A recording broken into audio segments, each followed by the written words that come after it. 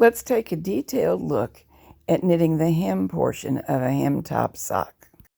We start with waste yarn in a color that contrasts sharply with the main yarn you plan to use, and arrange the yarn tails so that every needle will receive a strand of yarn. Knit the first main yarn round slowly and carefully, and if, like me, you have a mishap, do not panic. Lift the rungs from the ladder below. If it's only one or two, it'll be fine. There'll still be enough weight on it. The flaw is only in the waste yarn. And now we're going to knit 20 total rounds of main yarn. It can be more, but that's a hem that I like, and it will be about 1 inch wide. Now remove the weights and carefully reach down inside.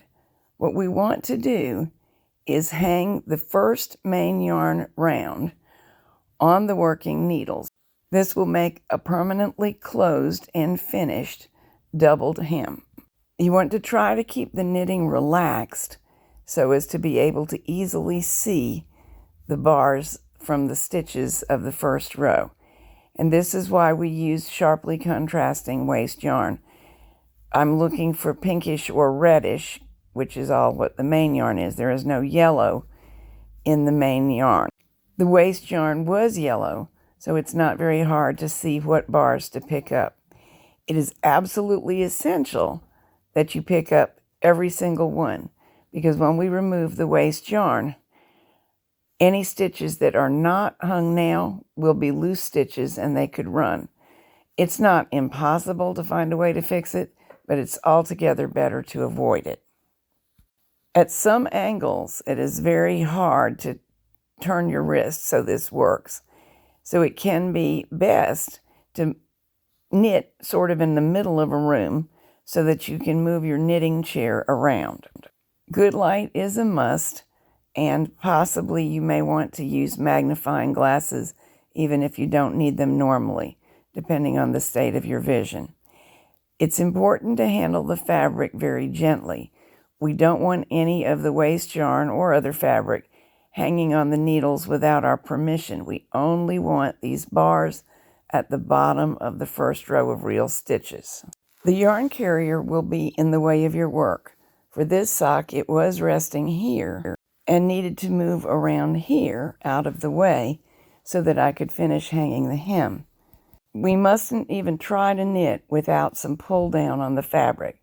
You can do it with your hands or hang the sock weights back on, but don't forget or you will get a snarl one way or the other. If you do use the weights, be sure to remove them again so that we can finish hanging the fabric without too much pull down. And now finish hanging the remainder of the round. This one is good to look at for a couple of reasons. Nice contrast between the two yarns makes it very clear what was picked up and hung. And also, this job went as planned. The last needle that knitted waste yarn was here. The first that knitted main yarn is here. After the work is off of the machine, we can neaten up this tail and pull it in between the layers of the sock hem. Every time we pass this point, one new round has been completed, so that's how we count. We'll leave the waste yarn alone for now and remove it when the sock comes off of the machine. And now, after the hem, comes the leg portion from hem to ankle. And that's just knitting in the round, cranking away. Generally, I knit 50 rounds for the leg of lady socks and 60 for men, and I'll go into that a little bit more in the patterns themselves. But you have a certain amount of leeway here. However, this simple kind of hem top socks is not designed to be over the calf socks. Here's one of the red pair in progress. Slowly and carefully knitting the first round after hanging, and after that you can go more quickly. Those flaws down there in the waste yarn aren't going to make the slightest bit of difference. Remove the waste yarn by snipping the row that adjoins the main yarn in about 4 places, and then you can pull those little pieces right out. Here's one of the red ones just off of the machine. The hem will flatten out a little bit more after it's been washed and dried. Many times people wonder if hem top socks stay up, And at the length I make them, they stay up beautifully. We have no trouble with them. And they're actually preferred for wear by diabetics and those who have problems with swelling feet.